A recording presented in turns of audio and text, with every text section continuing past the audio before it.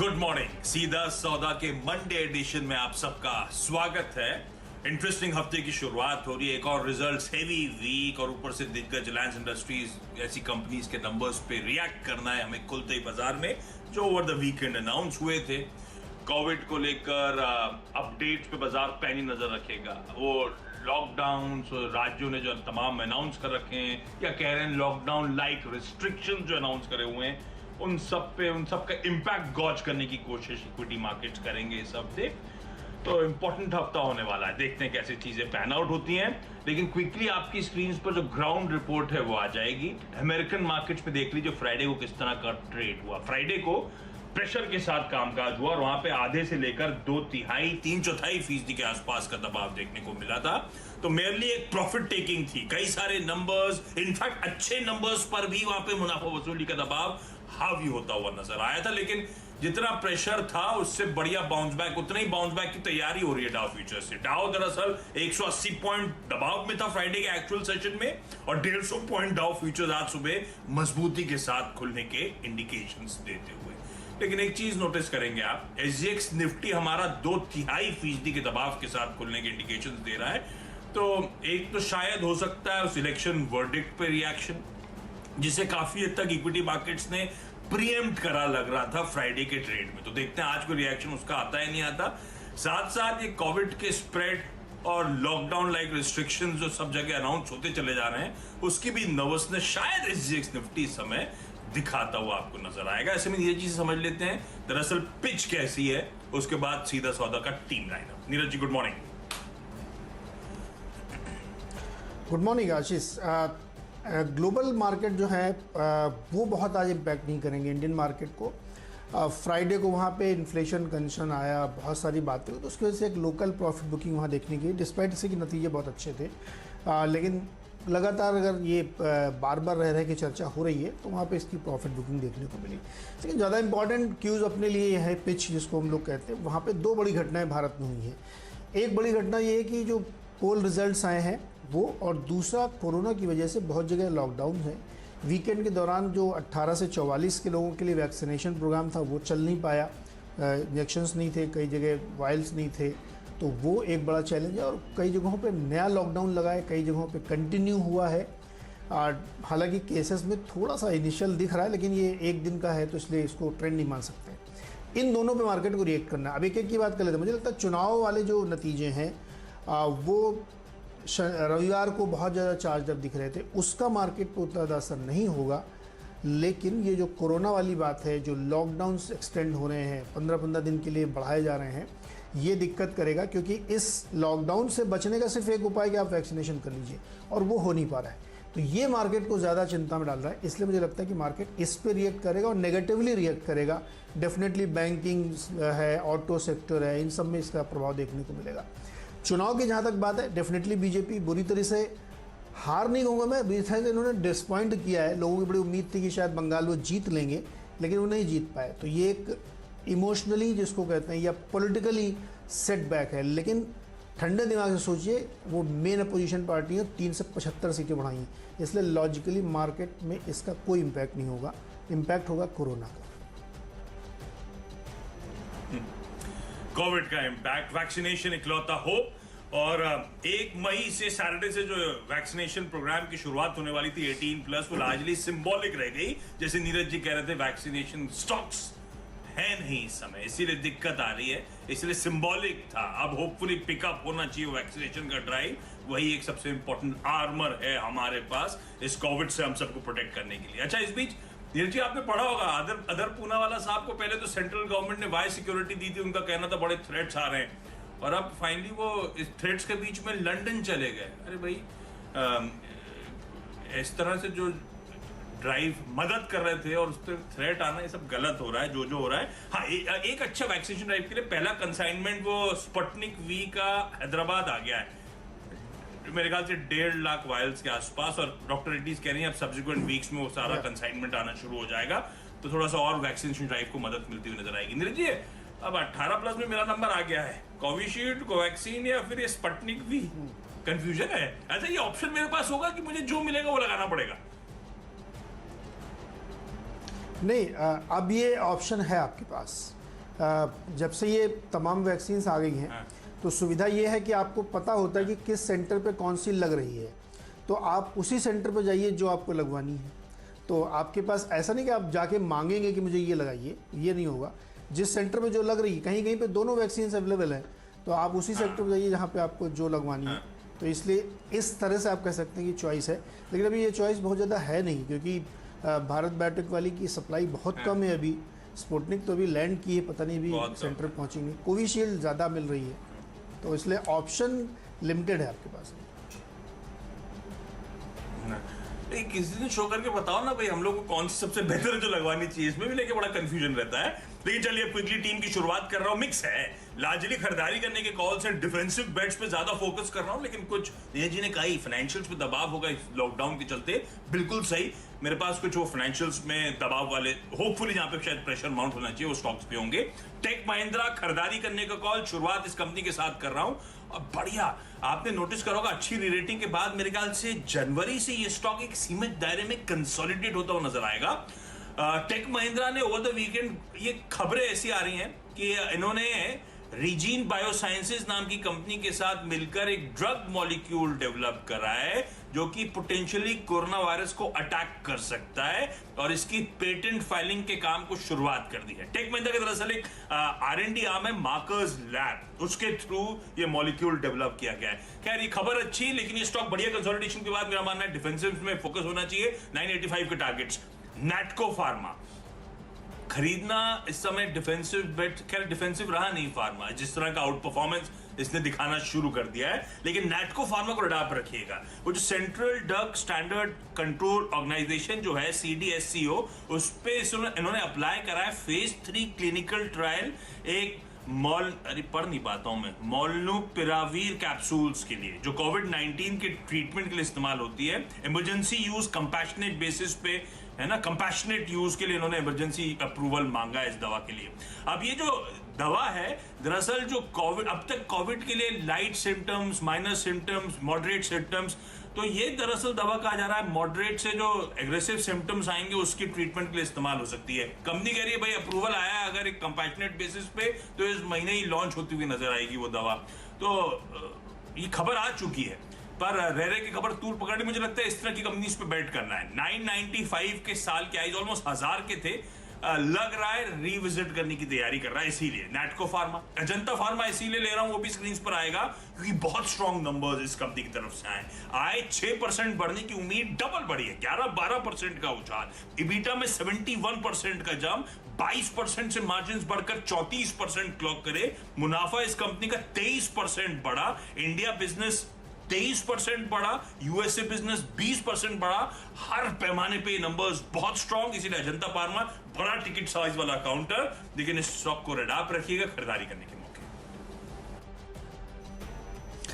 चलिए मेरे तो शुरुआती स्टॉक्स जो हॉस्पिटल्स वाले हैं, फोर्टिस और अपोलो हॉस्पिटल्स में लेके चलिए। कारण ये है कि वैक्सीनेशन शुरू हुआ है यंगर एज के लिए, तो उसमें बहुत सारी जो हॉस्पिटल चेन्स हैं वो अपनी तरफ से लगाने, क्योंकि स्टेट गवर्नमेंट को भी अलाउ किया गया है, हॉस्पिटल्स को भी अलाउ किया गया है। तो खबरें वीकेंड के दौरान आ रही थी कि कुछ हॉस्पिटल्स ने इनिशियली शुरू किया, जिसमें फोर्टिस का नाम आ रहा था, और ये डेफिनेटली जो फ्री में लग रही है या जो जहाँ 220 रुपये की लग रही है उससे मच हायर होगा प्राइस इसका। तो 1200 रुपये 1300 रुपये तक की बातें चल रही हैं, और मुझे लगता है कि जो स्थिति है इस समय, वैक्सीन्स है नहीं इतनी ज़्यादा, तो जिसको जहाँ मिलेगी वहाँ लगाएगा, फिर प्राइस नहीं देखेगा आदमी, और ये इनके फेवर में जाता है। क्योंकि बहुत सारी जो इंपोर्ट शुरू हो गई, आपने देखा होगा स्पुतनिक का इंपोर्ट शुरू हुआ है, कई और J&J की बात चल रही कि वो इंपोर्ट करके लाएंगे, तो ये गेन होगा हॉस्पिटल्स को, क्योंकि स्टेट गवर्नमेंट या सेंट्रल गवर्नमेंट इतने महंगे पे ला के अभी फ़िलहाल नहीं कर रही हैं, लेकिन प्राइवेट कंपनीज लाएंगी और मैसिवली इनके लिए एक बिजनेस अपॉर्चुनिटी भी बनेगी। तो मुझे लगता है कि फोर्टिस और अपोलो हॉस्पिटल में ध्यान रखना चाहिए, यहाँ पे खरीदारी बन सकती है। अच्छा, दो और स्टॉक्स, और आपने हॉस्पिटल चेन्स की बात करी। इंटरेस्टिंगली मैं भी 2-3 लेना चाहता था, लेकिन फिर जब टीम कंपोजिशन बनाया तो 2 को ड्रॉप करना पड़ा मुझे भी पसंद आ रहा था। हेल्थ केयर ग्लोबल को स्क्रीन पर लेकर आइए। चलता है कंसोलिडेट करता है, चलता है कंसोलिडेट करता है, समय कंसोलिडेशन का फेज है। हॉस्पिटल्स के लिए टेलविंड है, बिल्कुल सही कहा। तो HCG में खरीदारी करने का मन, और एक्सिस बैंक। फाइनेंशियल्स में इस स्टॉक में बिकवाली, लार्जली बिकवाली की जगह बेहतर वर्ड होगा मुझे लगता है अच्छे अपूव्स के बाद प्रॉफिट टेकिंग शायद इस स्टॉक में देखने को मिले। अच्छे मूव ऑलरेडी आ चुके हैं, तो एक्सिस बैंक में बिकवाली करने का कॉल। चलिए फटाफट और खरीदारी वाले स्टॉक्स आपको बता दूं यहाँ पे। एक तो CDSL के रिजल्ट्स आए थे, रिजल्ट ठीक ठाक लग रहे हैं। इन्होंने कुल आमदनी जो है उसमें करीब 51% की ग्रोथ दिखाई है, प्रॉफिट इनका 81% बढ़ के है, 9 रुपये का डिविडेंड दिया। हालांकि स्टॉक ने बहुत अच्छी रैली दिखाई है, लेकिन बता रहे हैं कि ये क्वार्टर बहुत अच्छा गया और इसके आने वाले क्वार्टर्स भी और अच्छे होंगे। तो हमें लगता है कि इस पर थोड़ा ध्यान दिया जा सकता है, खरीदारी की जा सकती है। HCL टेक्नोलॉजीज़ में आप देखिए IT स्टॉक्स इस पूरे दौर में आप रिजल्ट्स जब आए उसके बाद थोड़ा कंसोलिडेशन हुआ और अब उसमें फिर से एक बढ़त देखने को मिल रही है। मुझे लगता है HCL टेक पे ध्यान रखिएगा, इसमें बड़ी तेज़ी की गुंजाइश बनती हुई दिख रही है, तो ये एक यहाँ पे खरीदारी कर सकते हैं। और पांचवा स्टॉक भी यहाँ पे मैं बता दूँ आपको, कैडिला हेल्थ केयर पर ध्यान रखिएगा। कैडिला हेल्थ केयर इसलिए क्योंकि इसका अगला स्टॉक जो हमारा है वो उसी से कनेक्टेड है कि वैक्सीनेशन में उन कंपनियों को सबसे ज़्यादा फायदा हो रहा है जो या तो इंपोर्ट कर रही है, जो खुद बना रही है। और कैडिला का जो मुझे शायद ऐसी लग रही है खबर कि इस हफ्ते उसकी जो वैक्सीन है वो फाइनल अप्रूवल पा जाएगी, तो इसके लिए एक बड़ा गेम चेंजर होगा। तो कैडिला ध्यान रखिए। मेरे 5 स्टॉक हो गए आशीष, डिपेंडेबल बताएं। जी डिपेंडेबल के तौर पे एक और फार्मास्यूटिकल बेट है पर ये वो फार्मा कंपनी है जो अंडर परफॉर्म कर रही है, मैसिवली अंडर परफॉर्म कर रही है। बायोकॉन 488 के साल के हाईज 378 के लेवल्स पर ट्रेड होता हुआ, फ्राइडे को भी अच्छी खासी वीकनेस थी, पर ये कंपनी पसंद आ रही है। कुछ दिन पहले किरण मजूमदार शॉ से भी मैंने डिटेल में बातचीत कर रखी है चैनल पे। अब समझिए, देश की सबसे बड़ी बायो फार्मास्यूटिकल कंपनी है, जो डिमांड है इसकी रीपर्पस ड्रग इतोलुजुमाब, वो गजब की डिमांड है, आप सब जानते हैं। फेज 4 के ट्रायल्स पे कंप्लीशन नियर ऑफ होता हुआ नजर आएगा आपको। और इतोलुजुमाब की डिमांड इसीलिए क्योंकि मॉडरेट से सिवियर कोविड पेशेंट्स जो होते हैं उनके ट्रीटमेंट के लिए इस दवा का इस्तेमाल बखूबी करा जा रहा है। ये एक और क्रिटिकल ड्रग रेमडेसिविर जो है वो भी ये कंपनी मैन्युफैक्चर करती है, और आप जानते हैं किस तरह से डिमांड सप्लाई मिसमैच हो चुका है। ये कंपनी अपनी कैपेसिटीज दोनों ड्रग्स की बढ़ा रही है। तो रेमडेसिविर की तो काफी तक कैपेसिटी ऑन स्ट्रीम 15 मई तक हो जाएगी, इतोलुजुमाब की कैपेसिटी जून तक ओवर होती हुई नजर आएगी। सब चैनल पे मिस शॉ ने सब डिटेल में समझाया हुआ है। और इस तरह की डिमांड सप्लाई मिसमैच है कि इन्होंने 24/7 एक कोविड केयर हेल्पलाइन भी शुरू कर दी है। मुझे लगता है बायोकॉन रीसेंट वीकनेस के बावजूद फॉलिंग नाइफ को पकड़ने की बात कर रहा हूं, तो थोड़ा सा इफ्स एंड बट्स होंगे, इसलिए थोड़ा ध्यान रखिएगा। पर मुझे पसंद आ रहा है, मुझे लग रहा है अट्रैक्टिव लेवल्स हो चुके हैं जिन लेवल्स पे खड़ा हुआ है, खरीदारी करने का मन आज के ट्रेडिंग सेशन में। दौरान आई कि करीब 1.5 लाख स्पुतनिक 5 की वैक्सीन इन्होंने इंपोर्ट कर ली हैं और उसको ये सप्लाई चेन में डालने वाले हैं। कुछ और बड़ा कंसाइनमेंट अगले 1-2 हफ्ते में आएगा और जून ऑनवर्ड्स ये इनकी यूनिट में प्रोडक्शन भी शुरू होने की उम्मीद है। तो मुझे लगता है डॉक्टर रेड्डीज़ के लिए एक बड़ी अपॉर्चुनिटी बन रही है। तो इस खबर के चलते मुझे लगता है इसको लेना चाहिए। और मैंने आपको ध्यान होगा जब 4800 के आसपास था तब बोला था, फिर इसने 5000 का लेवल क्रॉस किया, फिर 5100 लेवल क्रॉस किया और अभी देखिए 5150 5170 पर ट्रेड करा। मुझे लगता है जल्दी ही अपने उस पुराने स्तर 55-5800 तक बढ़ रहा है, तो इसको पोजिशनल ट्रेड के हिसाब से भी ले सकते हैं डॉक्टर रेड्डीज़ को। फटाफट एक छोटा सा ब्रेक लेते हैं, ब्रेक से लौट के आएंगे तो आपको बताएंगे फ्री हिट और डिजिटल्स।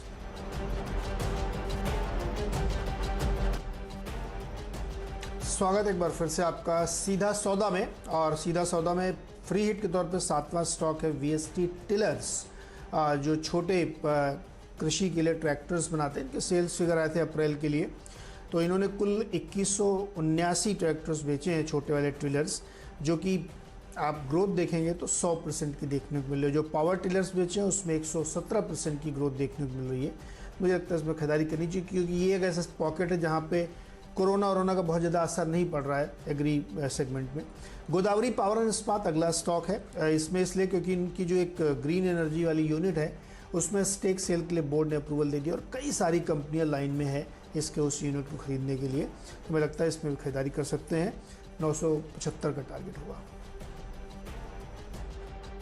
ओके, मैंने शुरुआत में कहा था थोड़ा डिफेंसिव पे फोकस ज्यादा है, तो फार्मास्यूटिकल्स थे। अब 2 FMCG कंपनीज, एक तो मैरिको, हालांकि वो ब्रोकरेज रिपोर्ट भी आपको आपकी स्क्रीन पे नजर आएंगे, लेकिन जब मैं फ्राइडे को शो कर रहा था तब मैरिको के नंबर्स मेरे ही शो के दौरान आए थे, तो on the face of it numbers in line लग रहे थे। पर जिस तरह की स्ट्रॉन्ग रेवेन्यू बीट थी उसको देख के समझ में आया था कुछ तो है।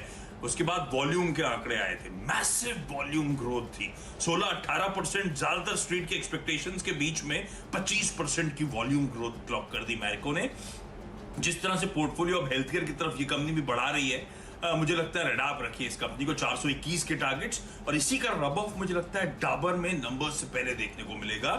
बढ़िया पोर्टफोलियो है इस कंपनी का भी, इसमें भी शायद खरीदारी होगी, और ये भी 580 पौने 600 के आसपास के लेवल से करेक्ट हुआ है डाबर। अच्छे अट्रैक्टिव लेवल्स, डिफेंसिव फोकस में तो मैरिको और डाबर खरीद के चलेंगे। क्विकली छोटा सा ब्रेक के उस पार आखिरी के दो स्टॉक्स, टीम्स का quick wrap up.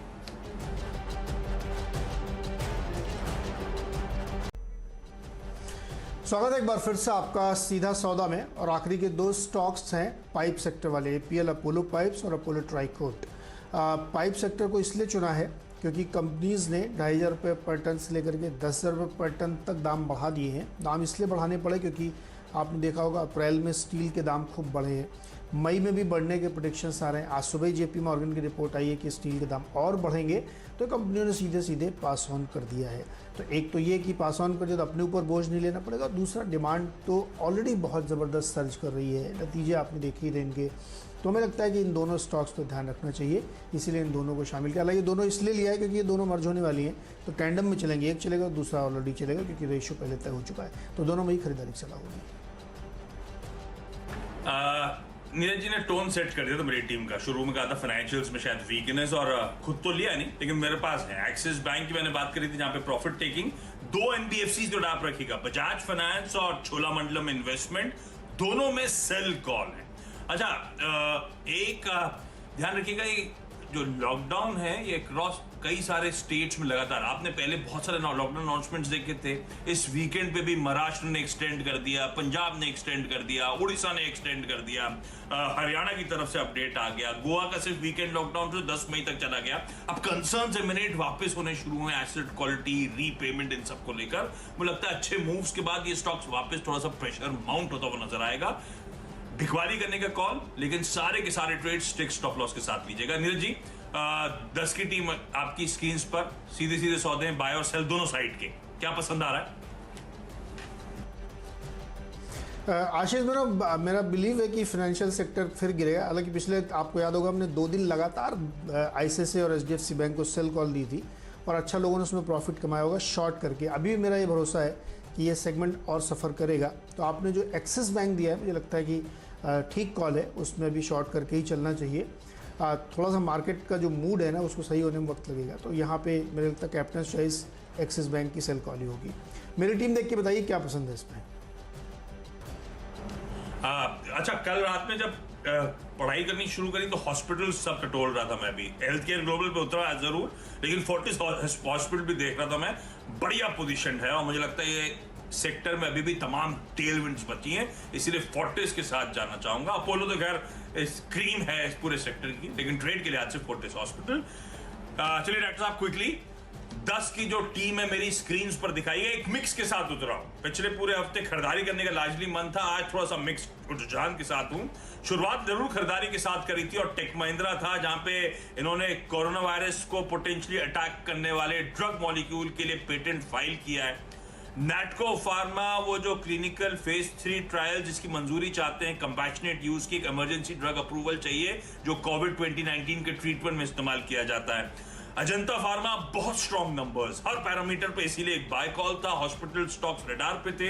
Health care global आपकी स्क्रीन पर खरीदारी करने का कॉल, लेकिन फाइनेंशियल्स थोड़ा सा अंडर परफॉर्म कर सकते हैं। एक्सिस बैंक शायद प्रॉफिट टेकिंग गिरफ्त में आए, इसीलिए बिकवाली करने का मन था। बायोकॉन हालांकि लगातार अंडर परफॉर्मेंस, लेकिन इसकी जो कोविड 2019 के फाइट के लिए जो ड्रग की बास्केट है, बड़ा तगड़ा ट्रैक्शन दिखा रही है। इवेंचुअली मुझे लगता है इस रिस्क रिवॉर्ड फेवरेबल होता चले जा रहा है, इसीलिए डिपेंडेबल का दर्जा। मैरिको और डाबर, मैरिको के अच्छे नंबर्स, डाबर पे रब ऑफ, दोनों में खरीदारी करने का मन और डिफेंसिव पे खासतौर पे फोकस था। फाइनेंशियल्स में वीकनेस कंटिन्यू होगी, ये लॉकडाउन मूड बिगाड़ रहा है। सेंट्रल गवर्नमेंट ने अनाउंस नहीं करा होगा, लेकिन across the length and breadth of this country तमाम राज्यों की तरफ से अनाउंसमेंट लगातार आती चले जा रहे हैं, फ्रेश लॉकडाउन के, लॉकडाउन एक्सटेंशन के या लॉकडाउन लाइक रिस्ट्रिक्शंस के जो भी कह लीजिए आप। बजाज फाइनेंस, चोलामंडलम इन्वेस्टमेंट, दोनों में शायद आज दबाव के साथ कामकाज होता हुआ नजर आए। चलिए मेरी टीम देखिए, यहाँ पे भी आपको अच्छे स्टॉक्स मिलेंगे और सिर्फ खरीदारी पे मेरा फोकस है, आज सेल कॉल नहीं दी है, लेकिन उन सेक्टर्स को चुना जहाँ पे ज़्यादा गेंस हो सकते हैं, तो इसीलिए यहाँ पे फोकस करना चाहिए। कुछ नतीजे वाले स्टॉक हैं, कुछ अदरवाइज स्टॉक है जहाँ पे आपको लॉन्ग पोजीशन बनानी चाहिए। तो शुरुआत हमने की है फोर्टिस और अपोलो हॉस्पिटल्स के साथ, क्योंकि मुझे लगता है कि अब वैक्सीनेशन प्रोग्राम जो प्राइवेट सेक्टर में शुरू होगा तो हॉस्पिटल्स को इसका गेन होगा, क्योंकि उन्होंने साफ कह दिया है कि वैक्सीनेशन की कॉस्ट प्लस एडमिनिस्ट्रेशन की कॉस्ट वो जोड़ेंगे और वो इनके लिए देंगे। थोड़ी महंगी पड़ेगी लेकिन फ़ायदा इनके लिए है, तो इन दोनों को खरीदना चाहिए। HCL टेक्नोलॉजीज स्टॉक बहुत ही स्ट्रॉन्ग दिख रहा है, कंसोलिडेशन के बाद यहाँ खरीदारी करनी चाहिए। CDSL के नतीजे बेहतर हैं, 9 रुपये का डिविडेंड भी मिला है। कैडिला हेल्थ केयर और डॉक्टर रेड्डीज़ वैक्सीनेशन के देसी प्ले हैं यहाँ पे। डॉक्टर रेड्डीज़ ने तो स्पुतनिक 5 को इंपोर्ट भी कर लिया है और लाइन पे ला रहे हैं, शुरू कर रहे हैं वो, और जून से अपना प्रोडक्शन भी शुरू करेंगे। इसके साथ ही VST टिलर्स ने नंबर बहुत अच्छे पेश किए हैं, 100% की ग्रोथ देखने को मिली है इनके टिलर्स की बिक्री में, तो वो एक अच्छा लग रहा है। गोदावरी पावर एंड इस्पात ने अपनी ग्रीन एनर्जी यूनिट में स्टेक बेचने के लिए अप्रूवल ले लिया है और कई सारे बायर्स उसमें इंटरेस्ट दिखा, मुझे लगता है वो इनके लिए फ़ायदे में है। और अंत में पावर प्लेज में 2 स्टॉक है, APL अपोलो पाइप्स और अपोलो ट्राइकोट, दोनों ही स्टील पाइप बनाने वाली कंपनी है। स्टील हमने पिछले हफ्ते आपको सेक्टर चुन के दिया था कि यहाँ प्राइस हाइक हो रही है, बहुत ज़बरदस्त डिमांड है चाइना की तरफ से आ रही है। आज भी JP मॉर्गन तमाम रिपोर्ट्स आ रही कि स्टील में, स्टील पाइप्स ने भी इसको सीधे पास ऑन कर दिया। 2,500 रुपये से लेकर के 12-12,500 रुपये पर टन तक की इंक्रीज़ इन्होंने अलग अलग पाइप्स के सेगमेंट में कर दी है। तो इन कंपनियों में मुझे लगता है ध्यान रखना चाहिए, खरीदारी करके चलें।